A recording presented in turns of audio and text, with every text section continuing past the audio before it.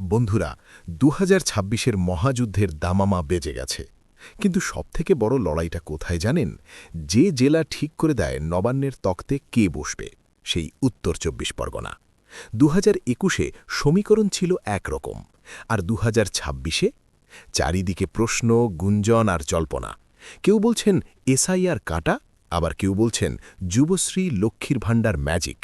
কিন্তু আজ আমি আপনাদের সামনে এমন এক গাণিতিক অঙ্ক তুলে ধরব যা আপনাকে চমকে দিতে পারে। তৃণমূল কি সত্যি এই জেলায় ৩০টি আসনে পৌঁছতে চলেছে, নাকি উল্টে যাবে সব হিসেব? উত্তরের জন্য ভিডিওটি একদম শেষ পর্যন্ত দেখুন, কারণ শেষে আমরা ২০২৬-এ উত্তর ২৪ পরগনার জেলার সম্ভাব্য ফলাফল ঘোষণা করব। চলুন শুরু করা যাক। নতুন সমীকরণ এসআইআর, প্রো তৃণমূল নাকি অ্যান্টি বিজেপি? এবারের নির্বাচনের সবথেকে আলোচিত শব্দ হল SIR, special intensive revision. Voter তালিকার এই বিশেষ সংশোধন প্রক্রিয়াকে ঘিরে রাজ্য রাজনীতি তোলপাড়। বিরোধীরা এটাকে দুর্নীতির হাতিয়ার বললেও গভীর বিশ্লেষণে দেখা যাচ্ছে এই ইস্যুটা উল্টে তৃণমূলের জন্য এক শক্তিশালী প্রো তৃণমূল এবং অ্যান্টি বিজেপি ফ্যাক্টর হয়ে দাঁড়িয়েছে। কেন? উত্তরটা সহজ। সাধারণ মানুষের মনে একটা ভয় ঢুকিয়ে দেওয়া হয়েছে যে ভোটার তালিকায় নাম না থাকা মানেই নাগরিকত্বের সংকট। মুখ্যমন্ত্রী মমতা বন্দ্যোপাধ্যায় যখন অভিযোগ তুলছেন যে ১.২ কোটি নাম বাদ দেওয়ার ষড়যন্ত্র চলছে, তখন সাধারণ মানুষ, বিশেষ করে সংখ্যালঘু এবং পিছিয়ে পড়া সম্প্রদায়ের মানুষ আরও বেশি করে তৃণমূলের ছাতার তলায় জড়ো হচ্ছেন।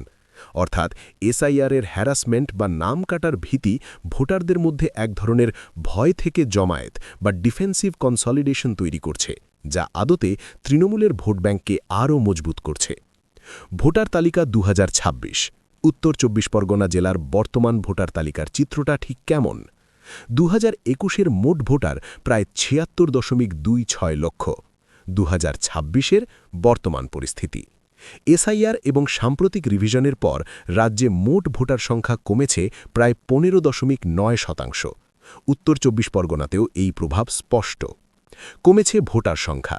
সারা রাজ্যে ৫.৮ কোটি নাম চূড়ান্ত হলেও প্রায় ১২ লক্ষ নাম সরাসরি বাদ পড়ার অভিযোগ উঠেছে। উত্তর ২৪ পরগনায় কয়েক লক্ষ নাম আন্ডার অ্যাডজুডিকেশন বা পর্যবেক্ষণে রয়েছে। এই যে কয়েক লক্ষ ভোটারের নাম নিয়ে অনিশ্চয়তা, এটাই হয়ে দাঁড়িয়েছে রাজনীতির কেন্দ্রবিন্দু। মানুষ ভাবছে যে বিজেপি এলে কি আমাদের নাম বাদ যাবে? এই আতঙ্কই তৃণমূলকে রক্ষণকর্তা হিসেবে তুলে ধরছে। ৪. যুবশ্রী বনাম এসআইআর, পকেট বনাম আতঙ্ক। শুধু আতঙ্ক নয়, পকেটের অঙ্কটাও এবার অন্যরকম। মমতা বন্দ্যোপাধ্যায়ের সরকার এপ্রিল ২০২৬ থেকে বাংলার যুবসাথী প্রকল্প চালু করেছে। ভোটের অঙ্ক ২১ থেকে ৪০ বছর বয়সী বেকার যুবক যুবতীরা মাসে ১৫০০ টাকা পাচ্ছেন। উত্তর ২৪ পরগনার বিশাল শহরাঞ্চল এবং শিল্পাঞ্চলে যেখানে বেকারত্ব একটা বড় সমস্যা ছিল, সেখানে এই ১৫০০ টাকার নিরাপত্তা কবচ বিরোধী হাওয়ার বড় অংশকে রুখে দিচ্ছে। বেকার যুবকের হাতে এই নগদ টাকা সরাসরি ভোট বাক্সে প্রতিফলিত হতে চলেছে। হাড্ডাহাড্ডি লড়াই। কোথায় হবে close two close fight? Trinamool যদি ৩০টি আসন পেতে চায়, তবে তাদের গতবারের হারানো আসনগুলি পুনরুদ্ধার করতে হবে। আমাদের বিশ্লেষণ বলছে এই ৩টি আসনে হবে শেয়ানে শেয়ানে লড়াই। ভাটপাড়া ২০২১-এ পবন সিং ১৩,৭৮৭ ভোটে জিতেছিলেন, কিন্তু বর্তমানে ব্যারাকপুরের রাজনৈতিক সমীকরণ এবং যুবশ্রী প্রকল্পের সুবিধাভোগীদের চাপে এই আসনটি এবার তৃণমূলের দিকে চূড়ান্তভাবে ঝুঁকছে। বঙ্গা দক্ষিণ, গতবার বিজেপির ব্যবধান ছিল মাত্র ২০০৪ ভোট। এবার যদি মতুয়া ভোটারদের মাত্র ২% অংশ এসআইআর হ্যারাসমেন্টের ভয়ে বা যুবশ্রীর টানে তৃণমূলে ফেরে, তবে এই আসনটি হবে তৃণমূলের ৩০তম আসন। গাইহাটা, সুব্রত ঠাকুর ৯,৫৮৭ ভোটে জিতলেও সিএএ নিয়ে মতুয়াদের ধোঁয়াশা এবং তৃণমূলের সামাজিক সুরক্ষা প্রকল্প এখানে বিজেপিকে বিপাকে ফেলছে। ৬. মাঠের লড়াই, আমাদের সরজমিন তদন্ত, গ্রাউন্ড রিয়ালিটি। আমরা এই অঙ্কটা কিন্তু শুধু ঘরে বসে কষিনি। আপনাদের কাছে এই তথ্যগুলো পৌঁছে দেওয়ার আগে আমরা বিস্তীর্ণ এলাকায় পৌঁছে গিয়েছিলাম। আমরা কথা বলেছি ব্যারাকপুরের চটকল শ্রমিকদের সঙ্গে, বারাসাতের শিক্ষিত বেকার যুবক যুবতী থেকে শুরু করে বঙ্গার সেই সাধারণ মতুয়া পরিবারগুলোর সঙ্গে। আমরা উত্তর ২৪ পরগনার বিধানসভা ধরে ধরে বহু মানুষের সঙ্গে আমরা কথা বলেছি, আলোচনা করেছি তাদের সমস্যা এবং চাওয়া পাওয়া নিয়ে। আমাদের গ্রাউন্ড রিয়ালিটি চেকে যা উঠে এসেছে তা হল মানুষের সরাসরি কথা, আমরা যখন নৈহাটি বা ভাটপাড়ার চায়ের দোকানে আড্ডা দিয়েছি দেখেছি তরুণ প্রজন্মের বড় অংশই এখন ভোটের চেয়েও পকেটের স্থিতিশীলতা নিয়ে বেশি চিন্তিত। যুবসাথী প্রকল্পের ১৫০০ টাকা তাদের কাছে এক বিশাল পাওনা। এসআইআর হ্যারাসমেন্টের প্রভাব। সাধারণ মানুষ আমাদের কাছে অভিযোগ করেছে যে ভোটার তালিকায় নাম তোলা বা রাখা নিয়ে তারা প্রচণ্ড হয়রানির শিকার হচ্ছেন। কিন্তু আশ্চর্যজনকভাবে এই হয়রানির ক্ষোভ কেন্দ্রীয় সংস্থা বা বিজেপির বিরুদ্ধে বেশি যাচ্ছে, কারণ তৃণমূল একে দিল্লির ষড়যন্ত্র হিসেবে সফলভাবে প্রচার করতে পেরেছে। ৭. চূড়ান্ত মুহূর্তের অপেক্ষা, দ্য ড্রামা অফ পেশেন্স।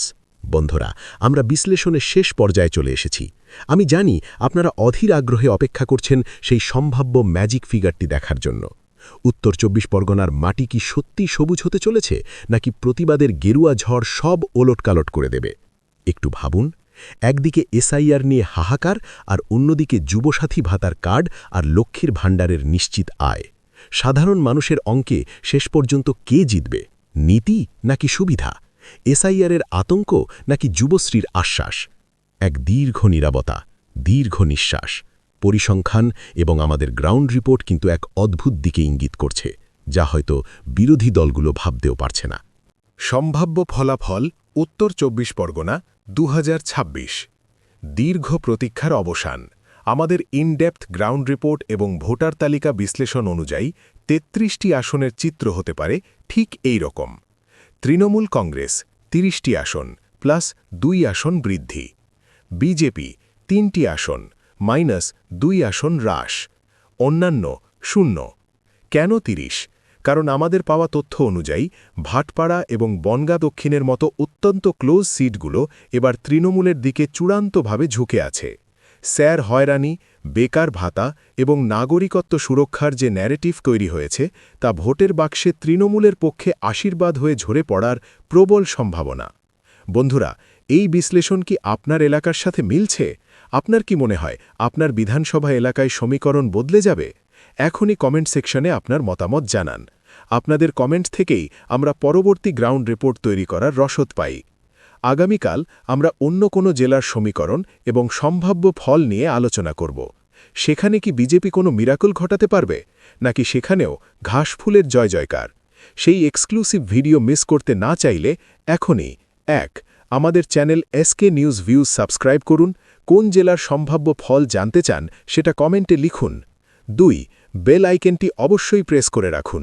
এবং ৩. এই ভিডিওটি আপনার ফেসবুক ও হোয়াটসঅ্যাপ গ্রুপে শেয়ার করুন, যাতে আপনার বন্ধুরাও এই গভীর রাজনৈতিক বিশ্লেষণ জানতে পারে। রাজনীতির অন্দরমহলের সত্যি খবর নিয়ে আমি আসছি আগামীকাল। দেখতে থাকুন এসকে নিউজ ভিউজ, সঙ্গে থাকুন। ধন্যবাদ।